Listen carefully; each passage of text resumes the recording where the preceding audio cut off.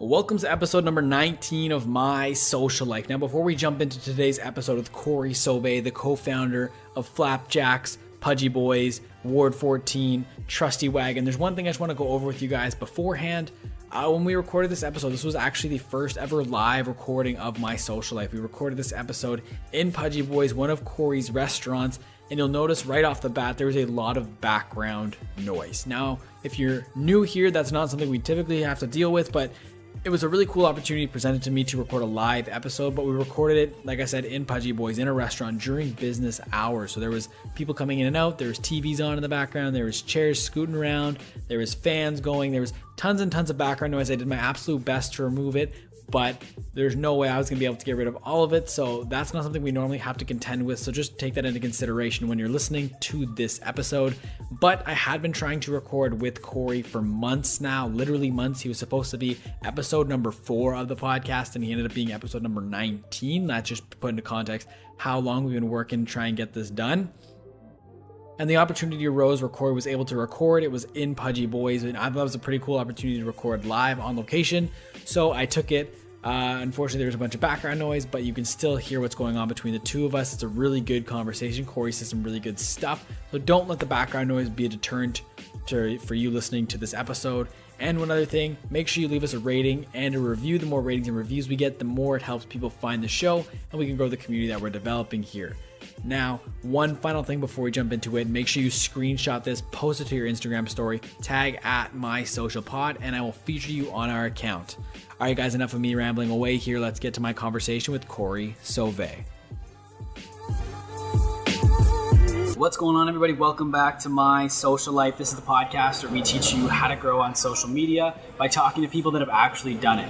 I'm joined today by Corey Sauve, and Corey is an entrepreneur. He's opened multiple different businesses. If you're from the Ottawa area, you'll recognize Flapjacks, Pudgy Boys, Trusty Wagon, and we'll also touch on Ward 14. Corey, welcome to the show, man. Thank you for having me, man. It's my pleasure. So I want to start with Flapjacks. I want to go all the way back to the beginning. Yeah. So it started as a food truck.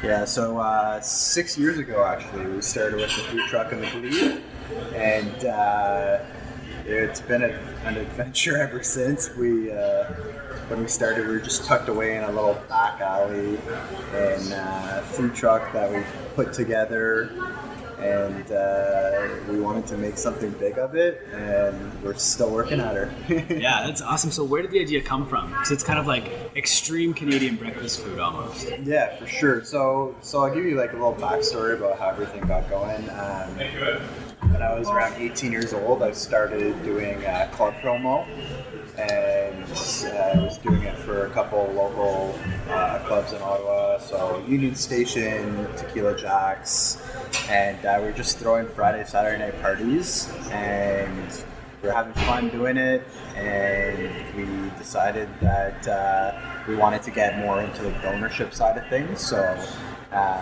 we got involved on the ownership side. I was almost 21 at that point, and I was just finishing up school at Carleton at the same time, and turned out like wasn't really for me, the whole nightclub thing. I didn't really like all the late nights, so I got out of that investment, and I took all my knowledge that I learned from there, and I started Flapjacks with my business partner Max Andersman. And I actually didn't have any interest in doing a food truck until Max said, that's a great idea, the whole Flapjack concept, let's do it as a food truck. And just kind of jump onto the whole food truck scene that's blowing up right now. So 6 years ago. So that's what we did. We opened up in Miss Tiggy Winkle's backyard in the Glebe, and we grinded it out for a good 2 years, grew it up to 4 food trucks at one point, did the canal for 2 years, and it's been a wild ride. Yeah, so where did the idea come from? The actual idea came from my dad. My dad would always cook us bread. All the cousins would sleep over at my house, and we'd wake up on Saturday mornings super starving, playing some N64, and my dad would come downstairs and make us all pancakes, and he always used to put stuff on the table that would either top with it or get him to put in the batter, and made like all these crazy concoctions of pancakes. And we made our panwiches, which are Flapjack's signature panwiches, pancake sandwiches, and we would take an egg, cheddar cheese, and bacon, and make a breakfast sandwich with pancakes. And that's kind of how the whole panwich started, which is Flapjack's staple now. Mm-hmm. Yeah. That's awesome. And then so when your business partner came to you and presented you with the truck idea, why did you go with the truck and not kind of go more towards the restaurant? So we wanted to test the waters first. You know, when we first started, our menu was very, very simple. So all we had was customized pancake stacks and panwiches, and that's it. That's all people could choose from. And we went by the name Flapjack's Pancake Shack. And you know, we did that for 2.5 years, and when we finally did decide to open up a diner, that's when we changed the name and we grew into Flapjack's Canadian Diner. And making that transition was a big step, and it's turned out really, really well for us. Mm-hmm. And so how did you guys afford the truck initially? Was there like any investors or anything, or did you guys kind of pool your money together? We bootlegged it. Yeah, we saved up, and we both of us had our own little things on the go. Max was articling, and I had been doing the club stuff for a while, and we went 50-50 on the food truck, and that investment did well for us, and we put everything that we had on the line. Mm-hmm. And I was in the food truck 7 days a week, minus 40. I would actually, it was really funny, like when we were just starting out, we had very few customers, and I was just in the truck working on my social media game, you know, getting in front of as many eyes as I possibly could. And I was actually going between the food truck to my car. So I would have my car on, heat blasting, seat warmers on, and I'd go spend 5 minutes in my car to warm up, and then I'd go back into the food truck and freeze again and back to the car, and it was all like bundled up with the craziest, warmest boots. Like if you were hiking on like mountains in BC, you would need those kind of boots, you know. Yeah. I was bundled up and I was still freezing cold, but I was persistent and I wanted to get our pancakes into people's mouths. So I was there every single day without failure, and taught me a lot. You know, I had a lot of time in those trucks where I was alone and thinking and just really fine-tuning my vision. And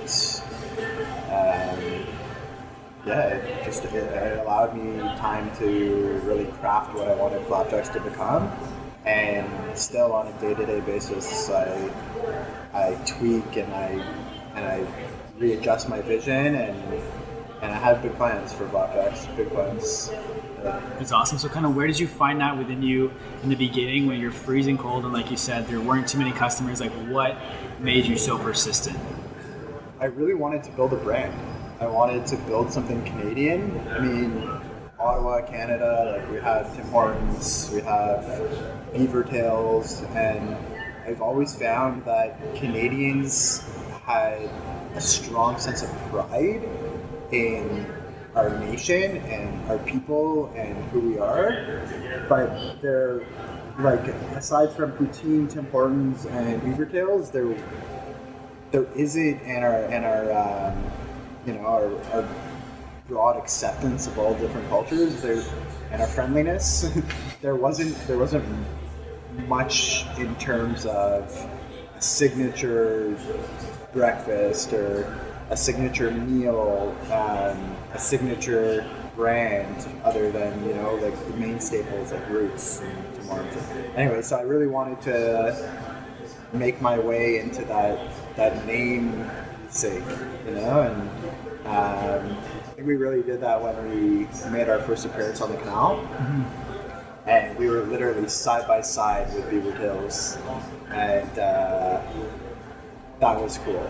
We were like on the main stage, you know, and now we've had so many people try sandwiches, and you know, people know that sandwiches are from Flapjacks, and tourists were like big with tourists. People come from Asia and wherever they come from, like they make a stop at Flapjacks to get some Canadian diner comfort food, you know, which is awesome. It's awesome.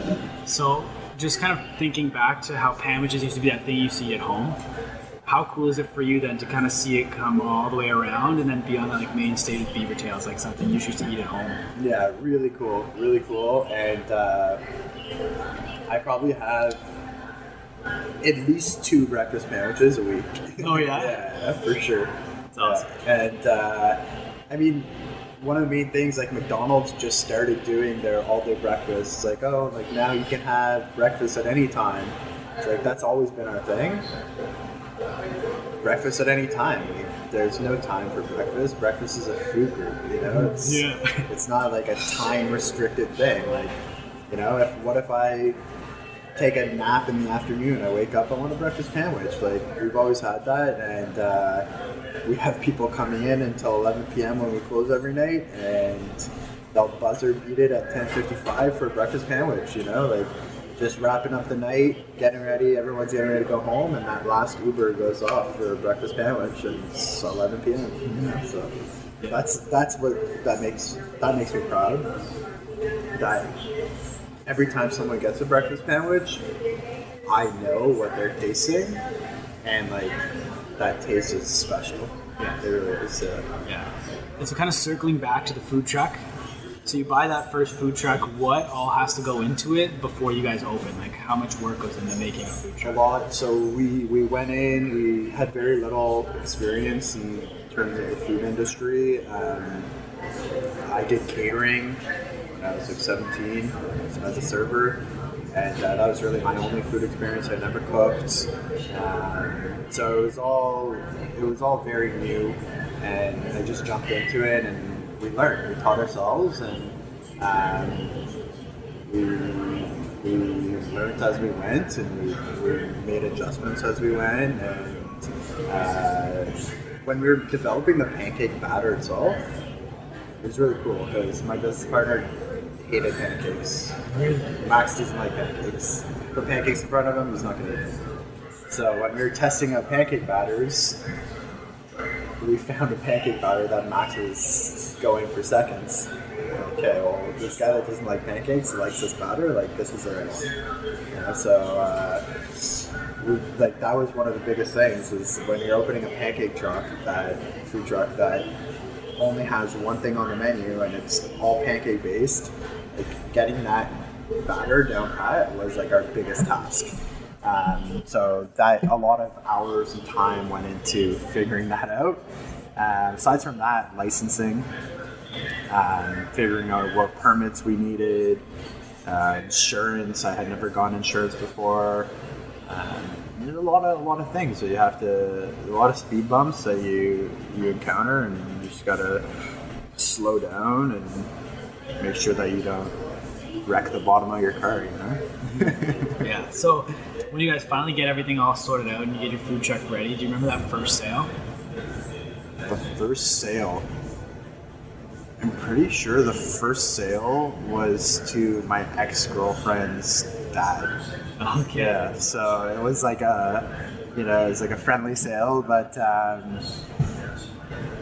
it was special when we started getting lineups. I think that was really cool. That was where it was like, wow, like this is cool. You know, there's a demand for this. People want pancakes. People want sandwiches.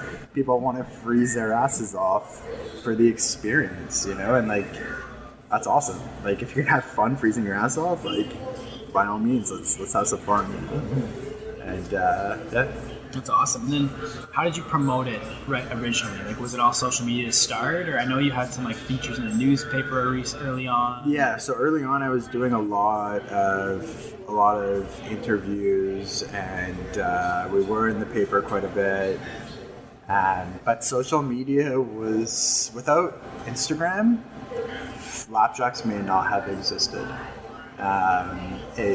It would have still tried to exist, but I used Instagram as a tool to let people know that we existed, and I explored with Instagram ads. Like when we were first starting, we weren't really putting a lot of money into marketing, so I was looking for different avenues to still get in front of people's eyes and let people know that we existed, but within Ottawa, because at that point when we were just starting out, it didn't matter if people in Toronto knew we existed, because how often are they coming to Ottawa, right? Like, I had to figure out a way to get people in Ottawa in the know that Flapjacks existed behind Mrs. Tadwinkle's, hidden away in a back alley, and getting through that barrier to get people to walk up to like a truck in a back alley serving pancakes was like, it was difficult, it took time.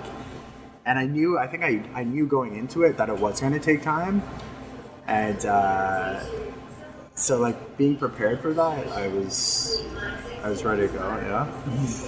Looking back on it, do you wish you hadn't opened up in the winter? Do you think that hurt? I think it helped us because we actually got a lot more media attention initially. It was like these crazy people, like all the food trucks are closing because it's November and snow's going to be coming, and they're closing, and you guys are staying open, opening, grand opening, and B staying open, and so that was cool. That was like, I think that was important. That was very important. Yeah, that we opened in the winter when everyone else was closed. Yeah. Yeah. Do you remember when the mayor showed up? Yeah, that was fun. Yeah, that was fun. He instead of cutting like a ribbon or anything, we got him to saw a log. Oh, that's awesome. Yeah, so that was cool. Did you guys reach out to him, or did he just kind of show up and you saw the opportunity? We actually connected on social media.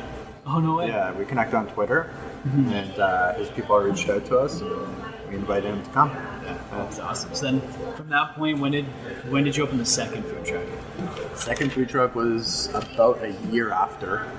Yeah, so we opened that up on Somerset, and that was cool. Like, figuring out how to have two locations open at once, having a bigger staff, figuring out the dynamics of distribution when we had to, food trucks, you have very little storage space, so you're stocking them up on a daily basis with fresh food, and so like the logistics of getting all that done was a learning curve, and it kind of like gave me the reassurance that I knew I had the ability to figure things out. So. And so you mentioned you went to school at Carleton? Carleton, yeah. So did you go to school for business, or did you learn a lot of stuff on the fly with Flapjacks? Everything was on the fly. Like I had learned a lot from being involved in businesses, like in the club business. When I was doing club promotions, it was all marketing. So like I knew I had a knack for marketing, and that I studied in school. No, I studied criminology with a concentration in law. And I thought I wanted to be a lawyer, and then I met with Max, who we'd known each other for a while, and I met with him, and he was miserable as an articling student. He really just didn't like it, and said it wasn't for him, so we had many discussions about why it wasn't for him, and that kind of rubbed off on me. Flapjack started doing well, and I was over it. I was over the whole law pursuit. So you started Flapjack when you were in school? Yeah. Wow, okay. Yeah. Just graduating. Okay. Just like, I was 21, turning 22. Okay. Yeah. So we started Flapjack December 2013, and I was turning 22 in April. Okay. So then... I think that's what it was. Yeah? So from there, like, when did you get to the point where you were running 4 food trucks at once? So it's like 2.5 years in. Okay. Yeah. And then, so did the restaurant come before you had all 4, or did it come after? It was actually at the same time for a bit. We had everything going on, and then we phased the food trucks out once the restaurant was open for, I guess, like 4 or 5 months. So the way that we did it was Max took over the food truck in the Glebe, and I took the other ones. One of them now is on Holland Avenue there, and it's an Asian bowl restaurant or food truck, yeah. And she's like a cordon bleu chef. She's awesome, Dorothy. Yeah, she's killing it, doing really well, and her food is like top notch quality, and it's great. So she's rocking that food truck. And then I have a big black one that goes around, does events. And then Max and then we had a trailer that was on the canal, but that one's being used in Smith Falls right now. And then Max has the Play Adult Popsicle one in the Glebe. So did you guys sell the food trucks, or are you like they still yours and you're kind of running other businesses out of it? Yeah, they're still ours. Oh no way! So it's like other like so you're like still making money off those food trucks even though they're not a part of Flapjacks. Yeah, so we have different partnerships and stuff that we're involved in. That's awesome. Yeah. And so was the restaurant always the end game with Flapjacks, or were you just riding it and see where it went? The restaurant definitely wasn't the end game. We want the end game to be more of like a lifestyle brand, like incorporating roots with Flapjacks and having Flapjacks just be like we want to take it national like we do, but at the same time we're strategic in the sense that we want to make all our mistakes here before we expand and then make mistakes amongst 4 locations instead of 1. You know, like we have our idea of like what we want Flapjacks to be, but we're like fine tuning it here before we start expanding. We get people approach us all the time that want to open up locations. I was gonna ask because you have it in your menu, right? All the time, like, and we haven't found the right person to take the step with, I'd say, is one of the factors. But the other factor would be that there's still more fine tuning that we want to do in Ottawa before we take the leap of faith into other cities. Yeah. And while we're on the topic, I had intended to talk about it later, but while we're here, what's the reason behind opening the other businesses then if Flapjacks is kind of like your main goal and you want to take it national? Honestly, man, like I'm just a serial entrepreneur. Like, first of all, I hate the word entrepreneur, but like it's used so frequently nowadays that I like business. Like it's business, you know. Like people get involved in a business, like they're a businessman, they're a businesswoman. You know, it's this like whole like coin term entrepreneur. It's like a little bit of a cop out to me. It's like a lot of people can just say, "Oh, I'm an entrepreneur." It's like, "Oh, fuck! Like, what do you do? Yeah. Like, what? You're an entrepreneur? Like, okay, what do you do? Like, I bust my balls with 4 businesses. Like, we run out of milk. Like, I'm the one running a Grab Milk. Like, you're an entrepreneur. Like, what the fuck do you do? You know? That's like kind of my take on the whole term entrepreneur. But people want to use it, they can use it. Yeah. But anyways, yeah, so I like building things from the ground up, you know. So you're asking like, why distract yourself from Flapjacks when you want to grow Flapjacks? So, like, I want to grow Flapjacks and I will grow Flapjacks, but I want to grow other things too, you know. So with Pudgy Boys, for example, like we had the idea, the space came up. It's too close to do another Flapjacks. We had this idea on the back burner. Let's do it, you know. So we did it. And then so we're recording right now in Pudgy Boys. Yeah. So Pudgy Boys is completely different from Flapjacks. Completely different. Yeah. So where do you come up with your ideas? So you got Flapjacks, which is like Canadian breakfast. Pudgy Boys, which is just like miniature fast food. Is that the best way to describe it? Yeah. You had Ward 14 for a little bit there, which was like a consignment bar, which is unique, and then you have a moving company. Yeah. So kind of where do you come up with your ideas? Because they're all like different.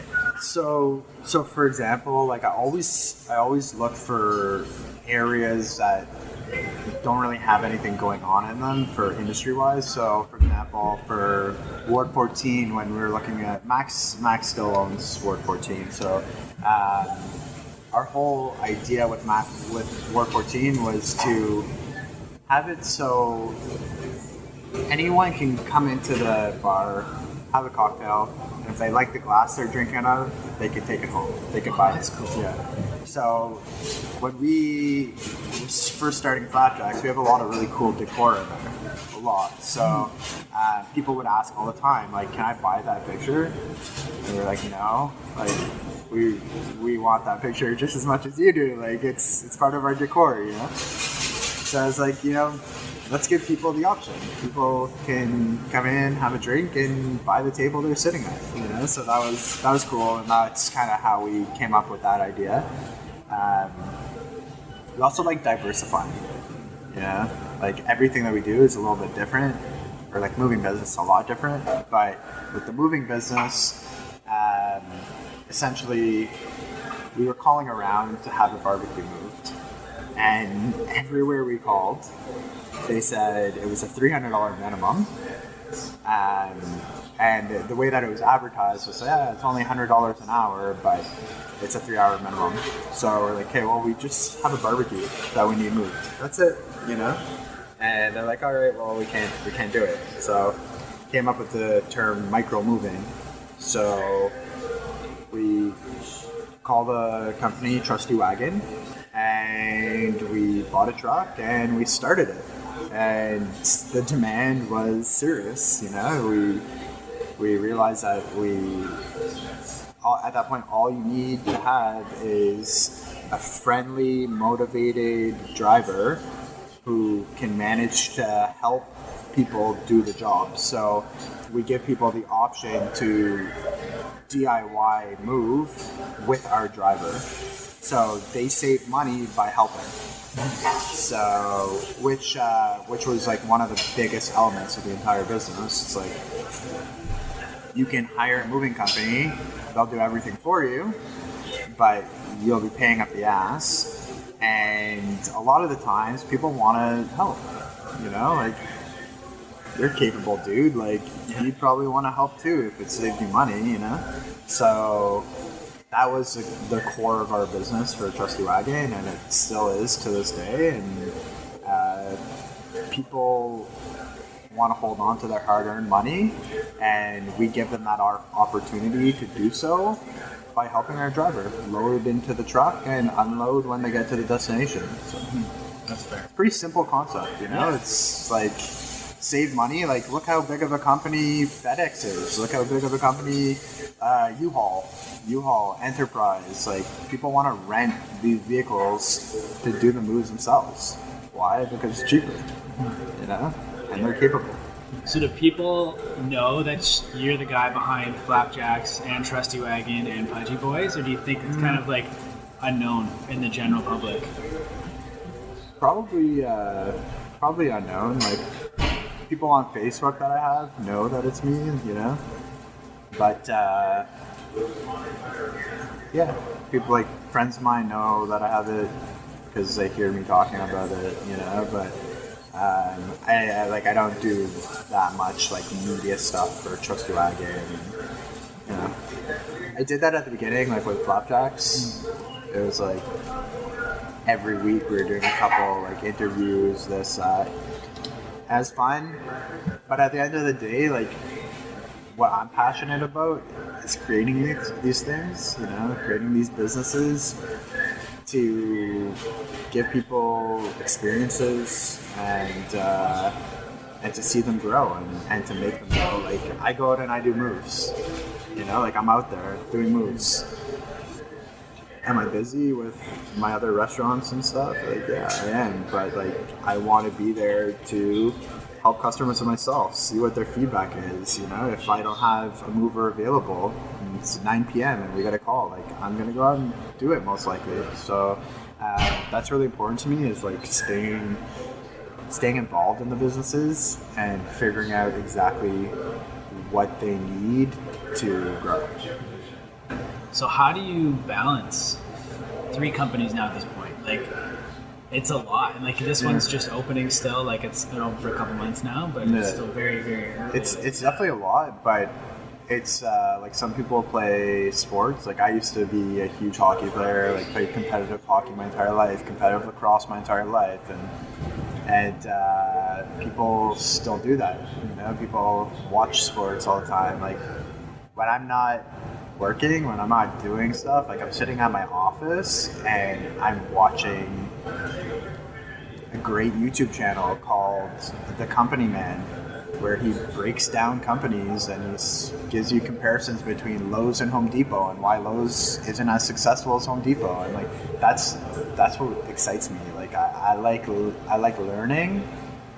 I like picking apart other businesses, figuring out what made them successful, why they didn't succeed, and putting it into practice in my own businesses. And like that's my hobby. That's like my lifestyle. That's what I love, you know? So it's just like, it's my passion, it's my hobby, it's my life. Like my businesses are my babies, you know? And have you always been like that? Like even from a young age, or did it really kind of start when you got more into... I started my first business when I was 16. Okay. It was a student job website. So it was called Teen Jobs, and jobs with a Z. Okay. Yeah. And we got a lot of traction. We were doing well. We attracted investors, and then my dad got like a little bit sick, so we stopped putting attention to it, and it kind of just went downhill, and we didn't revive it. So that was my first loss of the business, and it was tough. Like I had such a passion for it, and I really wanted to make it successful, but I was young. I was 16, and I got the site fully built out. Like people were using it. We had companies on it. We had companies paying on it, and it was going great. And then that like life turn event happened for me, and I wasn't old enough or experienced enough to keep it going, and that was a great learning experience for me. Like when I was doing that website at 16, I started teaching myself how to build websites, how to do graphic design work. Like, and I to this day, like today, like, I design all of our menus. I do all of our websites. Every website I build from scratch. And actually just put a new Trusty Wagon website up, like fresh, really nice. Obviously a little biased, but I like it. But yeah, no, I taught myself everything. Like all that computer stuff was self-taught. Hours and hours on computer screens, just learning, teaching myself how to program these websites. And it paid off because I've saved thousands, probably tens of thousands of dollars, like not outsourcing that stuff to other people. I was gonna say, like, even though you call it like a loss, like that website. Yeah, it was an investment for sure, long term. And it's still benefiting you today, right? Yeah. Like, with everything you learned there. Right. But other than that, has there been a company that you've kind of had a loss with? Like everything else, and that seems to be doing really well. No, nothing. That was my first one, and knock on wood, and a little bit of hard work, that will be my only one, you know? So. Yeah. That's awesome. So there's one story that I wanted to ask you about. I saw a photo of Kirill the Slut Whisperer with Flapjacks. Like, what is the story behind that? My buddy owns the nightclub on Bourbon Room on Dalhousie and Rideau. And he sent me a message. He's like, I have the Slut Whisperer coming in on Friday night. You should bring him by a panwich. I'm like, yeah, like, you want him to eat a panwich? He's like, yeah, bring him by a panwich, you know, take a picture, like, see what he thinks. And so me and my business partner, Max, we did up a panwich. We actually, at that point in time, we weren't open late, Flapjack. So we went, opened up the kitchen, made a breakfast panwich just for him so we could bring it to him. And we brought it to him, and he loved it. Absolutely loved it. And so yeah, it was cool. Yeah. Was he as crazy in real life? Like, were you at the club for long enough to kind of see him? Yeah. He's a party animal, you know? It's fun, for sure. Yeah. Have there been any other, like, celebrity encounters as a result of Flapjacks or anything like that?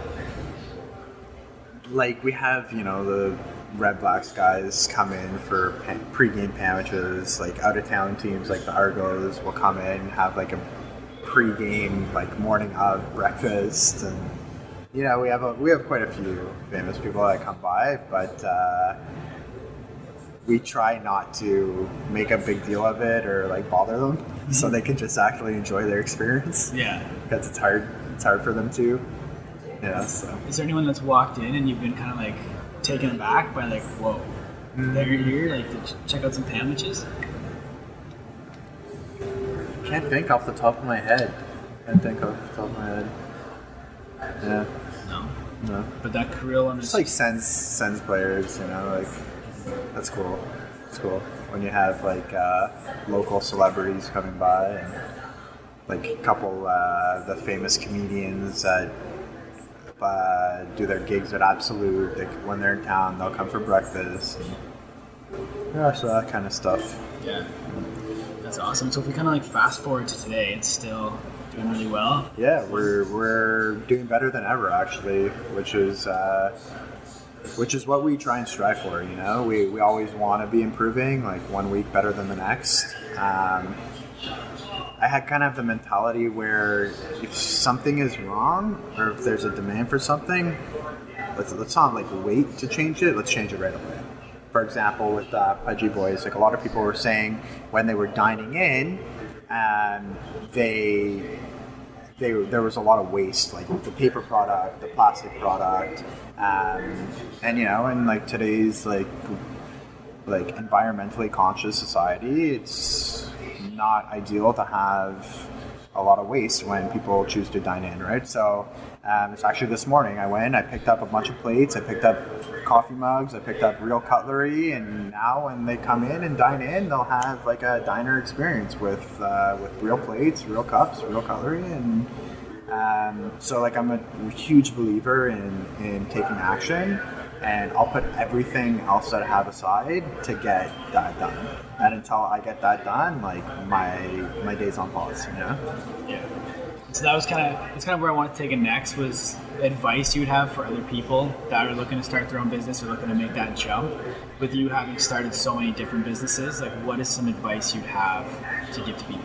My number one thing would be to be prepared to make sacrifices. Like on a Friday night, would I rather be watching a Netflix movie with my girlfriend and ordering Chinese? Like, yeah. But if I get a call saying that I need to be somewhere, or I get a call saying that the furnace broke down and people in the restaurant are freezing, I am going to make sure that gets fixed, So it's like there's a lot. It's like that picture that always sticks in my head, the meme on Facebook that goes around with the iceberg, and the tip of the iceberg's out of the water, but the rest of the iceberg, the 90% portion of that iceberg is under the water. That's always what I go back to. It's like people don't realize the sacrifice that you have to make to earn your success. So that's really important to me, is that you're never too important to not make that sacrifice. That sacrifice as a business owner should always be made, and it doesn't matter how many businesses you have or how successful you have, or if you don't need the money, or if you it's not about the money. It's about making sure that your businesses as like an independent living organism stay alive. And that's my advice. Like, never forget that business is a living organism and it needs to live, and in order for it to live, you need to help it live, and everything falls on you to make that happen.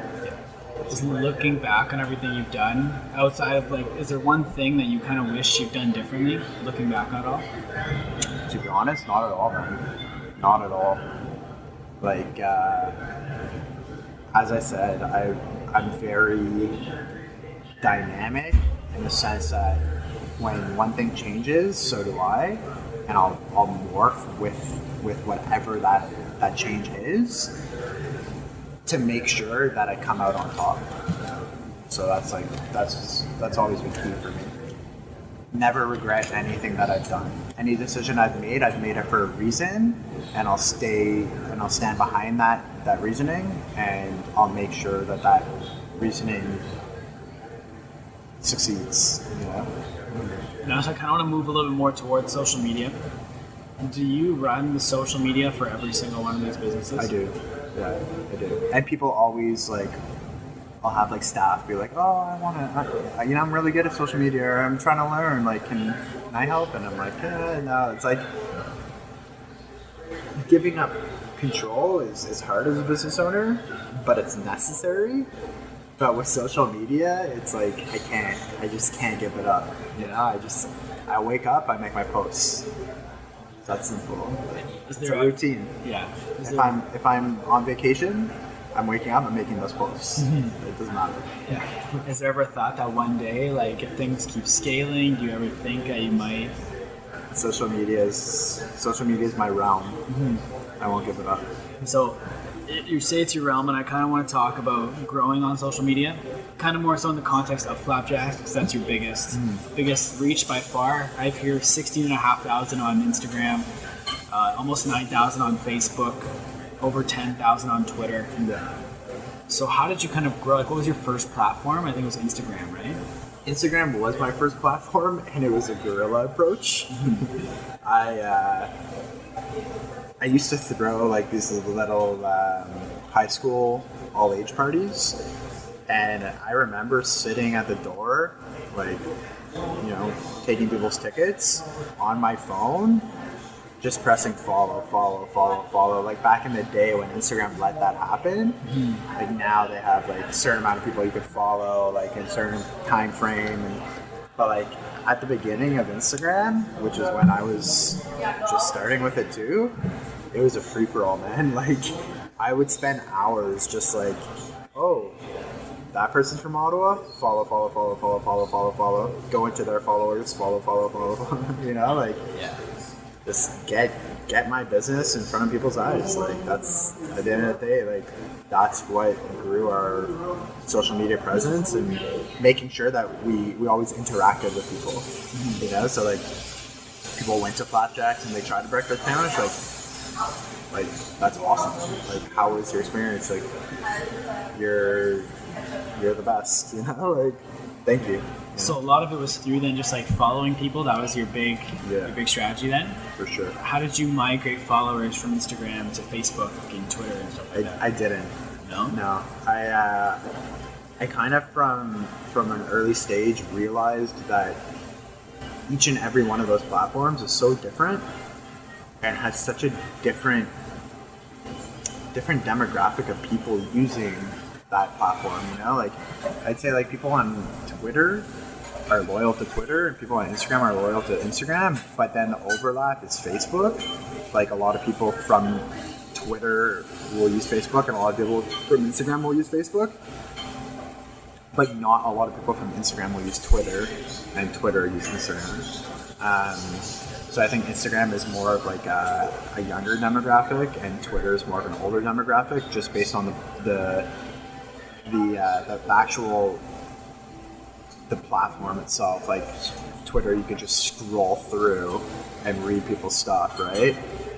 Whereas like Instagram, like, it's more pictures, and like, I don't know, with people with like older generations not being so like technologically like savvy, it's easier to just scroll through people's tweets and read them, as opposed to like trying to like dissect these images and not find these memes funny, you know. It's like, it's different. So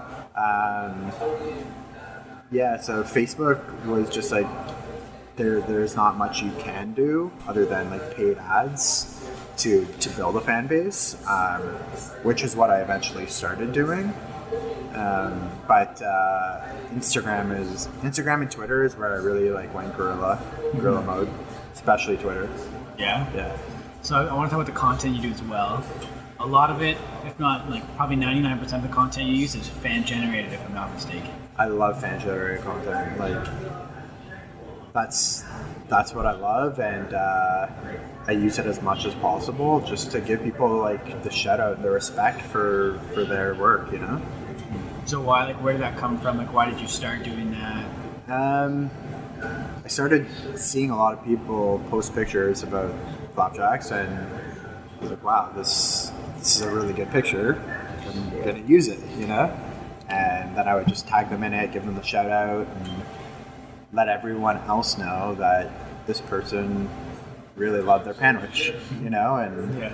And through that, I think it was like, it's like more of like a social acceptance almost. Like, okay, well, if John likes the panwich, like, why wouldn't I like the panwich? You know? So started doing that, and it's cool to have that bond with people that have been there, you know, and carry it forward.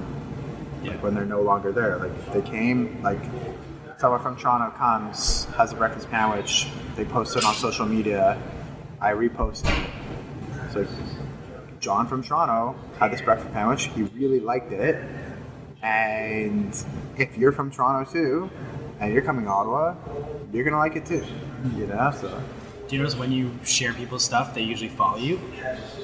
I'd say most of the time actually they follow before them, because when they tag us in it, that's true. they like follow us, you know? Yeah, that's awesome. So the one thing I've noticed with fan-generated content is usually it's all cell phone stuff. It's not like high quality taken with like a DSLR or something. Yeah. So does it not bother you at all that it, like, not necessarily doesn't look unprofessional, but it's just not polished? I've definitely posted some and then gone back and I'm like, I shouldn't have posted that, you know, and deleted it.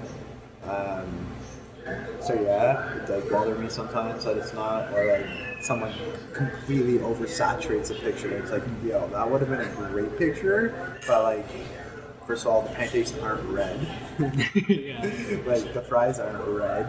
Like, why did you do that? You know? So if it's a picture that like I think is like over edited or something, I just won't post it. But then like at the end of the day, like I purchased a nice Canon camera and getting familiar with it. I've hired professional photographers to take pictures, and so like content, I do like posting some content of like professionally done movies as well. And then with the fan-generated content, what are you looking for when you kind of go and find it? Just good pictures of the food, like, yeah. Pictures of people enjoying the food, good pictures of the food displayed, and yeah, that's fair. Do you have them kind of ready to go beforehand, or do you like wake up in the morning when you make your post and you just look at who's tagged you in photos recently, or how do you pick? I'll screenshot like throughout the week, like a bunch of pictures, people that have tagged us and that kind of stuff, and then when wake up in the morning, like I go through the database of pictures that I have, and whichever one catches my eye first, I post them. I was going to ask how you do the reposting and stuff, because it's not like you use a repost app, so you just screenshot and then kind of crop it? Screenshot, crop it, and then oftentimes like typing the about for the picture, the description of the picture, and then like have to go back into the picture and see like who it was that posted it, and like, you know, copy paste or give them credit. Yeah, I was going to ask, is there any like helpful apps or websites you use when you're trying to do your content, or just very raw, very real? Yeah. It's just screenshot. Yeah. Best app. That's awesome. How often do you kind of post? Do you try to do every day? I post every day. Yeah. Some days I'll post twice a day, but like I'll never miss a day posting. Like if I'm going on a vacation, like I'll make sure I'm going somewhere with Wi-Fi, or I'll make sure that my phone plan is like popped up and ready to go. So yeah, I'll always make sure I'm ready to rock when it comes to social media and posting. So no one's ever made a post on like Flapjack's Instagram other than you? Never. That's pretty cool. Yeah, never.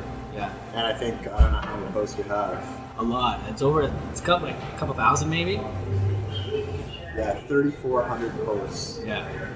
So every single one of those posts was me. So. Yeah, it's pretty cool though when you think about it. Like, yeah, 3,400 times.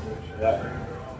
And then with Facebook and Twitter, your content is pretty much just share what you've done on Instagram? That's it. So my original post always stems from Instagram.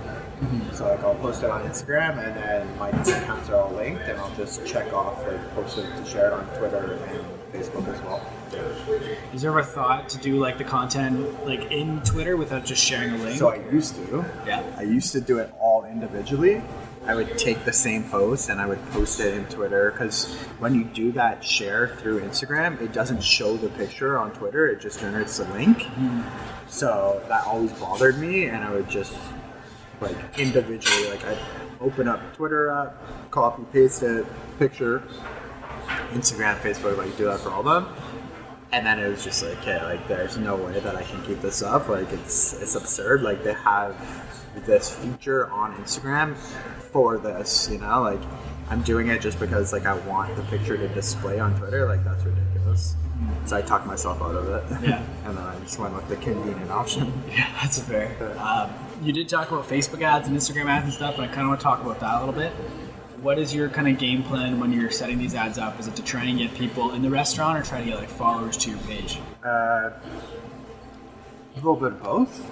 It's more just like awareness. Like, hey, we exist. Like, next time you want to eat, like, next time when it's your birthday and you're looking for a birthday dinner, like, we give free birthday milkshakes on your birthday. You know? I went there for my girlfriend's birthday. Yeah, nice. Birthday milkshake. Yeah. Nice, yeah. So it's like, it's not necessarily someone that's coming to the restaurant tomorrow, but it's just about, like, awareness and educating people that, like, when you are ready to come, we do have free birthday cake milkshakes. Like, so just know that, you know? But it's actually interesting because I found, like, as of late, like, I spend quite a bit of money on Instagram and Facebook posts, like, a lot, like, pretty big budget. People are often surprised when I tell them the number. But, like, that being said, like, I think that it's getting harder and harder and more expensive to access that reach that I was accessing before with the same amount of money being spent and invested. So I think like Instagram and Facebook ads are becoming saturated and more difficult to, just more expensive, you know, like it's a saturated way of reaching people. Yeah, I think more and more people are like realizing it there. It's the way to go. Everyone's realizing, like, because like business owner talks to business owner A talks to business owner B, and business owner A says like, oh, I'm using Instagram and Facebook ads and they're successful and they've actually really increased my business. And business owner B, who's not doing as well, is like, what am I thinking? Like, how have I not done this too? You know, like, and boost a post, you know, and when they boost that post, your post is now not as valuable. Like, you're paying more for your post. Like, so I think that's really caught up to the actual platforms, and that's just where we are at today. And I think people are going to start looking for going back to looking for more traditional ways of advertising away from Facebook, because it's like when you're spending, let's say, $2,000 a month on a Facebook ad, multiple Facebook ads, like now I can start looking at bus advertisements that are around the same cost, you know, which could capture more of a targeted demographic in that city, you know, like, so it's I think people are going to be looking for other avenues to advertise that have been on Instagram and Facebook for a long time advertising. I don't think I'll ever stop Facebook and Instagram advertising as long as they're successful, but I think I will explore other ways, more creative ways to advertise that aren't as competitive. It's interesting. Yeah. So I've been everyone I've talked to has pretty much been like doubling down and like Facebook, do it now because it's just going to keep going up. So kind of jump in now. So it's interesting to hear a different perspective. Yeah, I'm definitely going to start exploring different ways. Yeah. But to this point, you would say that Facebook and Instagram have been beneficial? Yeah. less and less as time goes on, but definitely beneficial. Yeah. But I'm the type of guy that like wants to see my spend go as far as possible, and so I'm always looking for different ways, different things to change, right? So. Have you ever done anything with influencer marketing? I know you don't like to showcase the celebrities or ever in the restaurant or anything, but not like no one that I've reached out to. Like I've never reached out to anyone to come in. I just let it be. Like if people do come in that have a big reach and post, like I'll share the post. Like the Canada post, like it's really cool. But like I did nothing to get that. Like I don't know how that came about, but like it happened. And so like to answer your question, I won't like reach out to people to do influencer marketing, but I have heard that it's successful for some people. Just never really pursued it. Yeah, that's fair. And then, so one thing I've noticed with your Instagram is one, it makes me hungry, but two, it's the engagements are like lower than average on there. Yeah. Is that something that like, do you worry about that, or is it more so if the business is bumping and people are coming in, like you're not too worried? It goes back to like the Instagram algorithms, you know, that like that bother me. It's like I have 16,500 organic followers that like I've gone through paid advertising or just like organically, and a post, let's say, gets 130 likes, okay? Sometimes people aren't seeing that post until the next day, you know, like based on Instagram's algorithms, like that post used to come up right away. As soon as you posted it, whoever followed, they'd see it right away. Now, if I post today, people probably aren't going to see it till tomorrow or the next day. It's strange. It doesn't make sense. So a post that I post with my 16,500 followers could get, depending on the picture, like some pictures you get, like we just did the buckets thing and you're like almost 500 likes, you know, organically. But our average daily post is like maybe 100 to 140, let's say. But if I pay for a post and use one of my ad sets that I've created, I'll get 3,000 likes for that paid post on like a $500 a week budget, you know, like, which is incredible. And like I'll reach 100,000 people, you know, but it's like those, like if you're not paying for it, you're not getting the return, you know. So like you gotta pay for it. Yeah. You got it. Oh yeah. And it's like people saying that and me saying it, that makes it worse for the people that are already paying for it. So yeah. It's like a double-edged sword, you know. So where do you find the time, like between running all these businesses and running their social? Like how do you find time to do that? I mean, just 24 hours in a day, and I spend very little of it sleeping. I don't know, if I have an idea at 2 a.m., like I'm like a new dish that I want to create, like a special, like a waffle special or a new sandwich, like I'll go in, I'll open up the kitchen, I'll bring my camera and I'll create it. I'll go home, I'll design it, you know, like I like getting stuff done, and I don't know what weekends are anymore. Like there's no, like if you ask me like what day of the week it is, like I have to look at my phone, you know, to know. Like it's like when you're passionate about your businesses, like the time that you invest in them it's not work, you know. Like I'm not working. Like I love doing it. Is it work? Like, yeah, like other people would consider it work. And like when I'm telling people like, oh, like I can't do this because I have to do something, I say it's work because that's kind of like what people understand, you know. It's like, okay, you can't do it because you're working, but I love doing it, you know. It's fun for me, and I love seeing people's reactions, and yeah. So I make the time for it. Mm-hmm. So I might not have the time for them, but I make the time for them. Yeah. So with loving it and spending all this time, one thing I was surprised about a little bit is that your personal brand, you don't do too much work with it. That I don't really have time for, and I don't care to make time for, because I have my businesses, you know. So, do I like educating people and like sharing my experience and sharing my knowledge? I love doing it, but it's just really, I'd rather be putting my focus and effort into my own businesses than creating another one through consulting and those types of approaches. So with putting all this time into it, what's next? What's coming up? What's big on the rise for you? We want to open more locations. So like I'm building like all these guides, like menu guides. Like if you walk into Flapjack's kitchen, like you look up, you see a menu guide. Every single menu item has a picture, has a how-to. Even here, Pudgy Boys, that whole wall is lined with guides.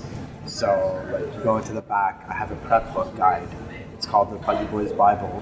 You open it, pictures of how I want my lettuce cut, pictures of how I want the onions cut. Like, I'm amping up in a strong way, but in a local way to make sure that the businesses have what they need for when I'm ready to go to other markets, you know. So yeah, it's just important. Like, I don't want to do it. I don't want to rush it. I want to take my time. I'm 27 years old right now, and I have a lot on the go.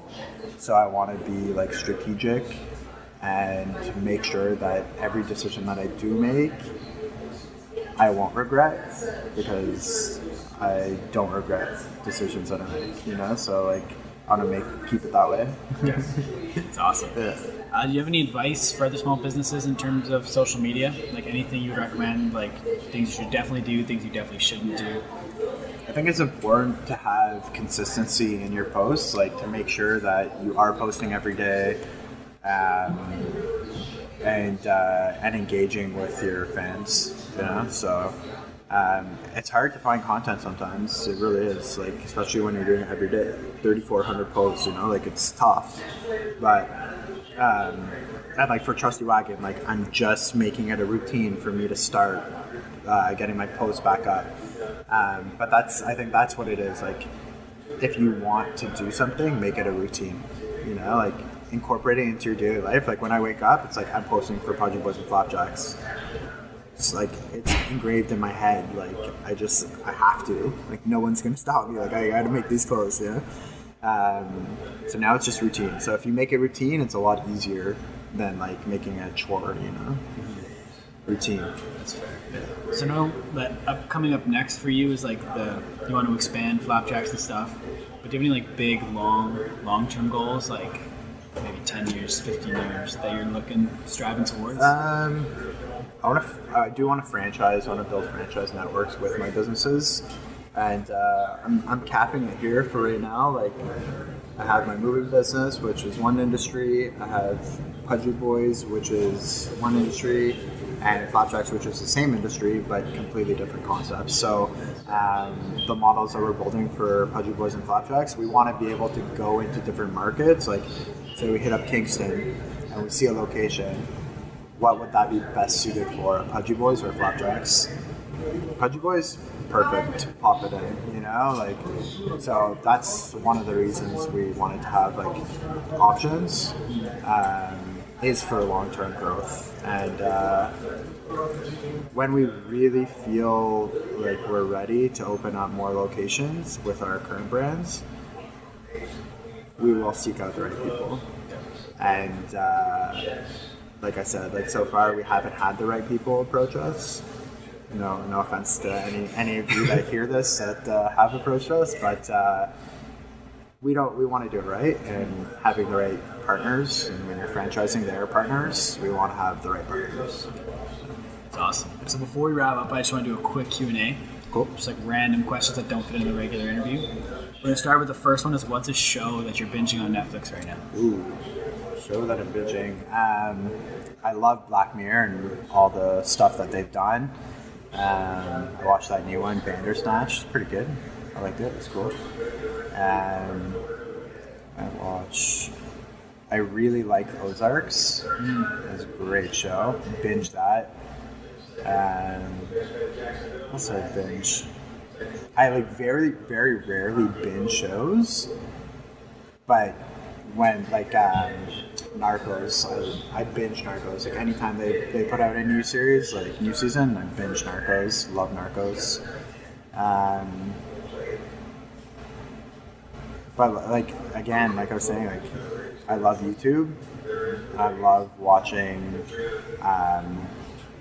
Like when The Prophet was going on, The Prophet with Marcus Leonis. Okay. It was a CNBC show. Loved that. He'd go into businesses and like tell them what they're doing wrong, bail them out, and turn it around, which is cool. I like seeing that.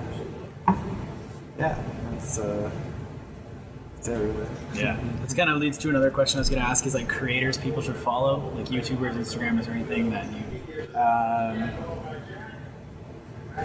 The company man. He's like I'm really vibing his videos right now. They're great. So I'm always looking at new videos for him. Gary Vee is like, he's a staple, go-to, but kind of over it, like his whole shtick. It's inspiring, but like it's played out. I like I'm not so into like the personal brand element of things, like you're saying, like why don't you do that? Like I have people asking me all the time for business advice. Like people want to know what I do on a daily basis. Like I just more focused on building my stuff. So and like Gary Vee always says, like he has like his real companies, so like he has that background that all the shit that he talks about isn't out of left field. Like it's real, it's from his businesses. But like I feel like now his personal brand is so big that like the whole real business element is lost.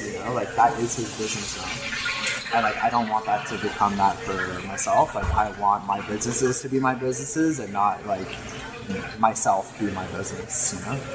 That's fair. Yeah. Next question: what's your favorite app that's not Instagram, Facebook, or Twitter? Favorite app? The RBC app is great. Yeah. I love the RBC app. I have a lot of accounts on there that other favorite app? Let me see. What app do I use a lot? Snapchat's a little played out, Yeah. Uber Eats. Okay. I order a lot of Uber Eats. I like Uber Eats. Oh, Kijiji's awesome. Mm-hmm. The Kijiji app, like I'll spend nights, like if I'm bored, just like before I'm going to sleep in bed, like scrolling through Kijiji ads. Like it's fun. Yeah. Music that you're listening to right now? Lil Baby is like my go-to right now. Yeah. I really like his new album. Tory Lanez, really good. Belly, shout out to Belly, local Ottawa guy. He's killing it. Love his music. Drake, like Drake. I like R&B stuff, but rap, hip hop. And then like when I'm doing work at home and at the office, I'm always listening to like chill indie folk as background music. More like instrumentals, so. Yeah, no, I hear that. I'm the same way. Yeah. Any books that you'd recommend? Just started reading one book that was given to me. I'm not a big reader, I'm really not, but I just started reading Getting Past No. I think that's what it's called. I don't even know who wrote it.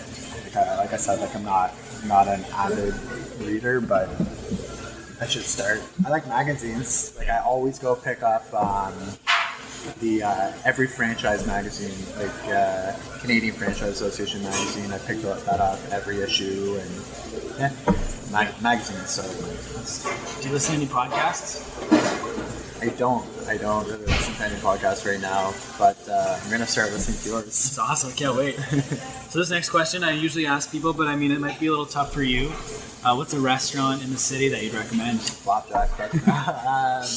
My favorite restaurant actually in Ottawa is Mr. B's. Okay. It's Mr. B's Marchos. It's like in the South End. and chicken parmesan. Best chicken parmesan in the city. That's awesome. Yeah. You talked about routine being like posting on Instagram in the morning and stuff. Do you have any consistent morning and night routines other than that? No. It's all like winging it, you know, like wherever I get called to or whatever I have to do or whatever idea pops into my head that I need to execute at that given second, I do. It's awesome. So this question I stole from Gary Vee. And so what are you obsessed with? But it's not from like a high level, like I'm obsessed with building businesses. It's like I recently bought these new pair of shoes and they're just super comfy and I'm obsessed with my new shoes. Like something random, like very specific. My new camera. Oh yeah, true. Yeah. I'm really like learning the ins and outs of it, and I love it. Yeah, it's awesome. 3 items on your bucket list. 3 items on my bucket list. I want to open like hundreds of locations. Yeah. Definitely bucket list. I'd like to. I don't really know. Like I don't. The thing is, like I don't spend like a lot of time like mental space, like just like thinking like, oh, like I really want to do this, you know. Like I just kind of do what I want to do, you know. Yeah. Like if I wanted to be doing other things, I would do other things. But like I want to be doing what I'm doing. That's fair. Yeah. So this next question is: you're going to dinner, and you take 3 people with you. It can be anybody from anywhere, dead or alive. Who would you take to dinner? Who am I taking to dinner? Probably take the founder of McDonald's, not the founder, but the guy that made McDonald's big. I'd take him for dinner, and only him, just so I can spend time like really dissecting his brain, you know, and figure out how he did what he did. That's awesome. It's like very inspirational. What's the best advice you've ever gotten? Save for a rainy day. Yeah, like, you know, not every day is going to be a busy day at any of your businesses, but if you always have a cushion and you're always prepared to cover for shitty days, then you'll always have the peace of mind that you're good, you know. And I'm a big saver, and I think that's really important in life. Yeah. What is one thing about you that people would not expect? I'm a big family guy. Like my best friends are my mom, my sister, my dad, my grandparents are my best friends, and I'll spend as much time as I can with them whenever I can. So people oftentimes don't think that of me, but like that's who I am. Yeah. What's one thing that you think everybody should know? One thing that everyone should know. I think everyone should realize that the society that we live in today is very fragile, and at any given time can change within an instant. Like when the hurricane hit Ottawa, like the Ottawa area, like people didn't know what to do, you know? Like no one had power, and it was just, I felt like the anxiety like flowing through the streets of Ottawa, and I think people take for granted how fragile our society is. Like one power grid goes down and everything's like chaos, you know? Yeah, I remember that day. Like I walked home like from the rink to your place downtown. Okay. And it was just weird. Like the lights were off. Weird vibes. Like, there's a car accident. I was like, is it the apocalypse? What's going on? Yeah. Like, chaos in the streets. Yeah. So like just don't take it for granted, you know? You know that it's fragile. Take it for what it is. Yeah. The last question. I like to kind of flip the script a little bit. Yeah. I want you to ask a question, like what's something you really want to know the answer to? I probably won't be able to answer it, like it can be anything. If you could interview one person in the entire world today that's alive today, who would it be? Me personally? Yeah. I debate this a lot. I would probably pick Gary Vaynerchuk. Yeah.